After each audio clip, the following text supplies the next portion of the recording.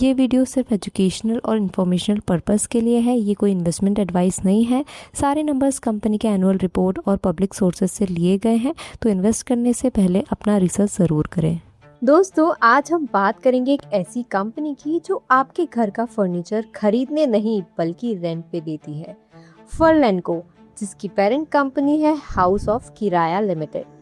तो ये कंपनी पिछले 14 सालों से चल रही है।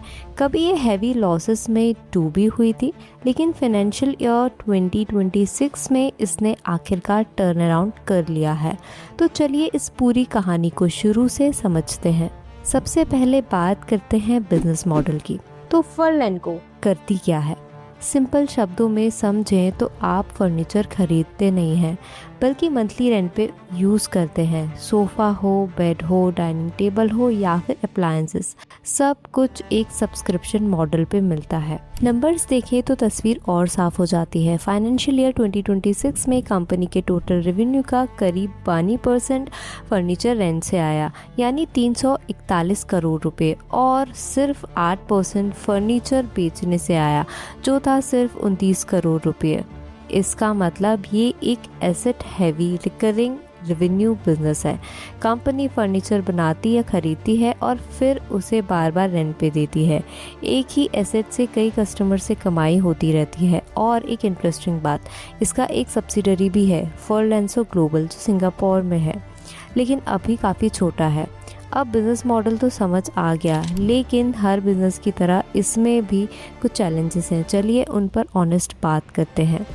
पहला चैलेंज है, ये बिज़नेस बहुत ज़्यादा कैपिटल मांगता है। फाइनेंशियल ईयर 2026 में कंपनी ने 235 करोड़ रुपए का फर्नीचर और इक्विपमेंट खरीदा, मतलब ग्रोथ के लिए लगातार पैसा पंप करते रहना पड़ता है। दूसरा चैलेंज है हाई डेट और उसका इंटरेस्ट। कंपनी के टोटल बोरोइंग्स अभी भी 306 करोड़ रुपए हैं, और पिछले सालों में तो ये फाइनेंस कॉस्ट प्रॉफिट्स को पूरा खा जाती थी। फाइनेंशियल ईयर 2023 में कंपनी ने सिर्फ इंटरेस्ट पे 67 करोड़ रुपए चुकाए थे।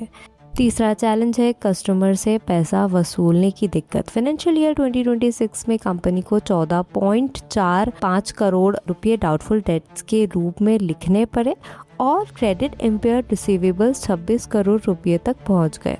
चौथा, प्रॉफिटेबिलिटी का लंबा इंतज़ार।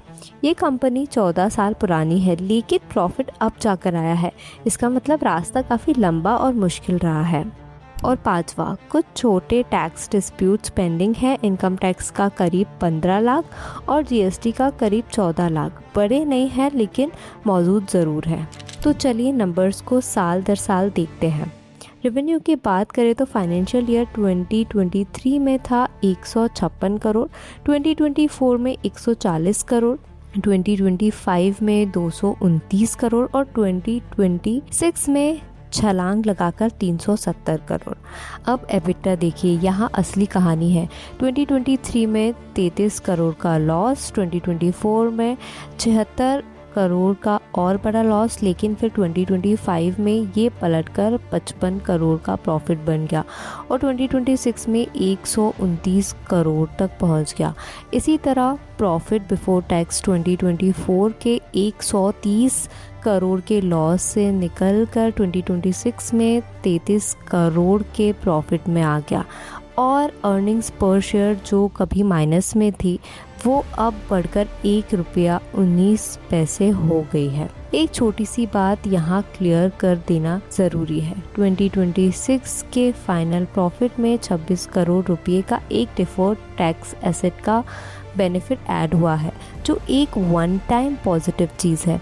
इसलिए कंपनी का असली ऑपरेटिंग प्रॉफिट टैक्स के पहले करीब 33 करोड़ माना जा सकता है। अब सवाल ये है, ये टर्न अराउंड आया कैसे? इसके पीछे 4 बड़ी वजह है। पहली वजह, रेवेन्यू लगभग डबल हो गया। 2024 के 140 करोड़ से बढ़कर 2026 में 370 करोड़, यानी सिर्फ 2 सालों में 2.5 गुना ग्रोथ। ये आया नए मार्केट्स, नए प्रोडक्ट्स और नई जियोग्राफी से। दूसरी वजह, एबिटा लॉस से स्ट्रॉन्ग प्रॉफिट। 2024 का 76 करोड़ का लॉस 2026 में 129 करोड़ के प्रॉफिट में बदल गया। यहाँ ऑपरेटिंग लेवरेज ने काम किया, रेवेन्यू तो बढ़ा लेकिन फिक्स्ड कॉस्ट कंट्रोल में रहे। तीसरी वजह फाइनेंस कॉस्ट काफ़ी कम हो गया। 2023 के 67 करोड़ से ये गिरकर 2026 में 33 करोड़ रह गया।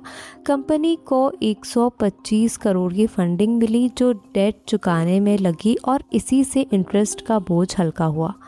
और चौथी वजह पहली बार असली प्रॉफिट 2025 में बचते बचते 3 करोड़ का प्रॉफिट आया और 2026 में ये 33 करोड़ तक पहुंच गया। साथ ही डेफर्ड टैक्स एसेट रिकॉग्नाइज होना ये सिग्नल देता है कि कंपनी को खुद भरोसा है कि आगे और प्रॉफिट्स आएंगे। अब फाइनेंशियल्स के बाद बात करते हैं रीसेंट फंडिंग की, जो काफ़ी इंटरेस्टिंग है। हाल ही में कंपनी ने लगभग 90 करोड़ रुपए की फ्रेश फंडिंग रेज की। इसमें सबसे बड़ा नाम आया है शीला फोम का, वही स्लीपवेल वाले जिन्होंने 30 करोड़ रुपए लगाए। ये एक स्ट्रैटेजिक इन्वेस्टर है, फर्नीचर और फोम इंडस्ट्री का बड़ा खिलाड़ी, और इनका आना एक स्ट्रॉन्ग सिनर्जी सिग्नल देता है।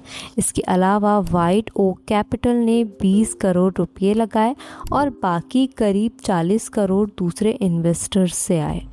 ये बात इतनी इम्पॉर्टेंट क्यों है?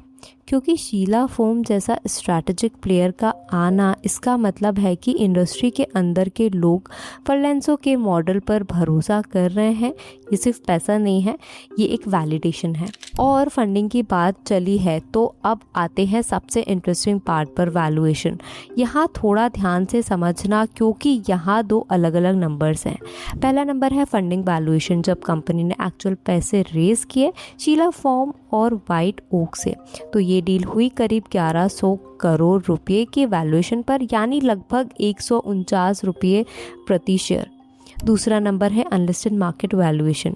ये वो जगह है जहां एग्जिस्टिंग इन्वेस्टर्स और एम्प्लॉयज़ अपने शेयर्स आपस में बेचते और ख़रीदते हैं, और इस मार्केट में कंपनी अभी करीब 2000 करोड़ रुपए की वैल्यूएशन पर ट्रेड हो रही है। तो असल में हुआ क्या? जो स्मार्ट स्ट्रैटेजिक इन्वेस्टर्स थे जैसे शीला फोम, उन्होंने 1100 करोड़ पर एंट्री ली, लेकिन मार्केट में पहले से ही लोग उसे करीब 80% ज़्यादा प्रीमियम पर, यानी 2000 करोड़ पर शेयर्स खरीदने को तैयार हैं। ये गैप दिखाता है कि डिमांड स्ट्रॉन्ग है। टर्नअराउंड के बाद लोगों का कॉन्फिडेंस काफ़ी बढ़ गया है। लेकिन यहाँ एक बहुत ज़रूरी कॉशन भी है। अनलिस्टेड मार्केट के वैल्यूएशंस अक्सर बहुत कम ट्रेडिंग वॉल्यूम पर बनते हैं और इसीलिए ये ओवर हाइप्ड हो सकती है। तो 2000 करोड़ की वैल्यूएशन पर जब कंपनी का प्रॉफिट सिर्फ 33 से 7 करोड़ के बीच हो, तो ये वैल्यूएशन काफ़ी रिच कहलाती है। इसका मतलब मार्केट बहुत सारी फ्यूचर ग्रोथ को अभी से ही प्राइस कर चुका है और इसीलिए रिस्क भी उतना ही ज़्यादा है।